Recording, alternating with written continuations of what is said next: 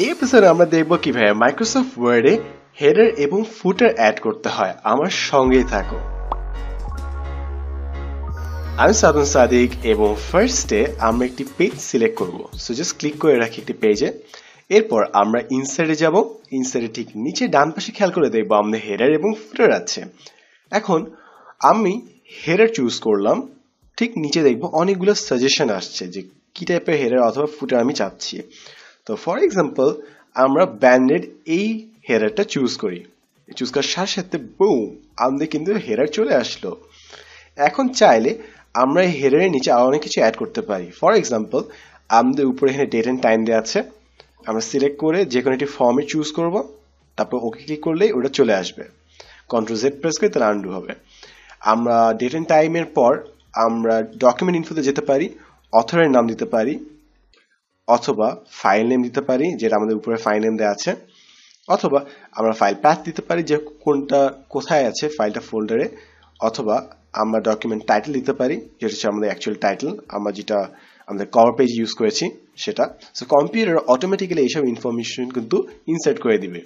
এবং চাইলে আমরা কুইক পার্সে যাই আরো অনেক কিছু অ্যাড করে ফেলতে পারি, ডকুমেন্ট প্রপার্টি সহ কমেন্টস পাবলিশ ডেট, অনেক কিছু। সো যার যেটা ইচ্ছা আমরা এখানে ইজিলি অ্যাড করে ফেলতে পারবো।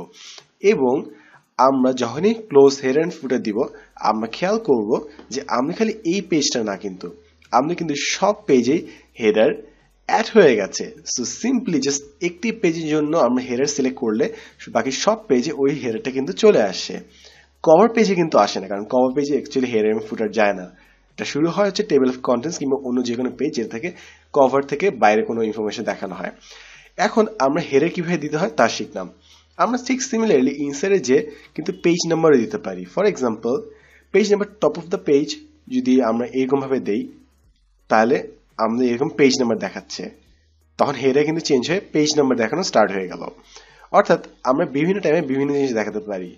টপ অফ দ্য পেজ আমরা বিভিন্নভাবে দেখাতে, ফর এক্সাম্পল ডানে দেখাতে পারি অথবা বামে দেখাতে পারি। আমার এই জিনিসটা এই সেটিংসটা ভালো লাগছে। সো পেজ নাম্বার 1 থেকে শুরু করে 1 2 3 4 5 6 7 এইভাবে দিতে থাকবে। সো এই সেটিংটা আমি রাখবো। এবং চাইলে কিন্তু আমরা ডিফারেন্ট ফার্স্ট পেজ সিলেক্ট করে অন্য পেজ থেকে স্টার্ট করাতে পারি, অথবা অড এন্ড ইভেন পেজের জন্য ডিফারেন্ট রাখতে পারি।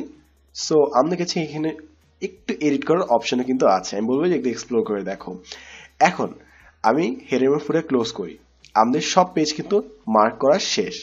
এখন আমি চাচ্ছি যে আমাদের একটা ইনফরমেশন থাকুক যে ফাইলটা কি, কে লিখেছে এবং কোথায় যাচ্ছে, এমন কিছু একটা। সো আমি ফুটার অ্যাড করবো। এখন ফুটার অ্যাড করার জন্য পেজ সিলেক্ট করবো একটি, তারপর ইনসার্ট ফুটার। ফুটারে আমাদের বিভিন্ন অপশন আছে আমরা দেখতেই পাচ্ছি। তো ফর এক্সাম্পল আমি চুজ করি হচ্ছে ফ্যাসেট অড পেজ, এই টাইপের এটা। সো এখানে আমাদের ডকুমেন্ট টাইটেল দেওয়া আছে এবং সাবটাইটেলস চাচ্ছে। সো সাবটাইটেলসের জায়গায় আমি এটা না দিয়ে আমি লিখেছি প্রিপেয়ার্ড বাই, কে লিখেছে। সো আমি আমার নাম দিয়ে দিই। সো রিপোর্টে টাইটেল থাকবে এবং আমার নাম থাকবে ফর এক্সাম্পল। এরপর আমি যখনই উপরে খেয়াল করবো দেখবো যে আমাদের এখানে কুইক পার্স অ্যাড করা আছে এবং ডকুমেন্ট শো করবে নাকি শো করবে না এটার অপশন আছে। সো বেশ কিছু অপশন আগে যেগুলো আমি এক্সপ্লোর করেছিলাম হেডারের জন্য ঠিক সেগুলো কিন্তু এখানে আছে।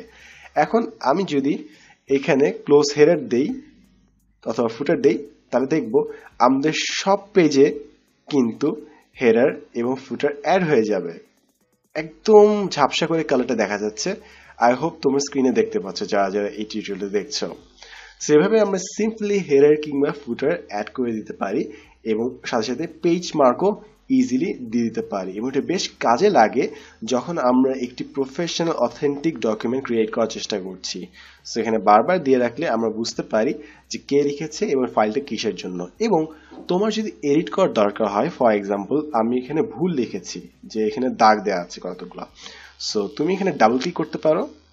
ডাবল ক্লিক করো, তাহলে তোমার এখানে আবার এডিটিং অপশন ফেরত আসবে, তুমি চাইলে এখানে এডিট করে ফেলতে পারো। সিম্পল ব্যাপার না? খুবই সিম্পল। এই তো এখন তুমি চাইলে আবার বাম পাশে এখানে ক্লিক করতে পারো। ক্লিক করে তুমি চাইলে এখানে ডকুমেন্ট ইনফোতে অন্য কোনো ইনফো দিতে পারো, অথবা ডেট এন্ড টাইম দিয়ে দিতে পারো। এই ডেট আপডেট অটোমেটিক্যালি। ওকে, ডান। এখন ডাবল ক্লিক করি আবার বাইরে, তাই দেখবো আমাদের এটা আপডেট হয়ে গেছে এবং continuously updated date and time information আমাদেরকে দিতে থাকবে। সো এইভাবেই আমরা একটি ডকুমেন্টে হেডার এবং ফুটার ইজিলি অ্যাড করে ফেলতে পারি এবং প্রতিটা পেজের জন্য আলাদা আলাদা করে পেজ নাম্বার সেট না করে একবার সেট করলে পুরোটা অটোমেটিকলি হয়ে যাবে। এবং কোনো গুরুত্বপূর্ণ ইনফরমেশন যদি দেখাতে হয় আমরা সিম্পলি একটি পেজের জন্য করলেই সবগুলো পেজে কপি পেস্ট হয়ে যাবে। সো আশা করি আজকে আমরা নতুন কিছু একটা শিখেছি। দেখা হবে নেক্সট এপিসোডে নতুন কোনো ফিচার নিয়ে। আমি Sadan Sadik, and as always thanks for watching. তোমার যদি মনে হয় এই টিউটোরিয়াল দেখলে অন্য কারো লাভ হবে তার সাথে কিন্তু শেয়ার করতে ভুলবে না।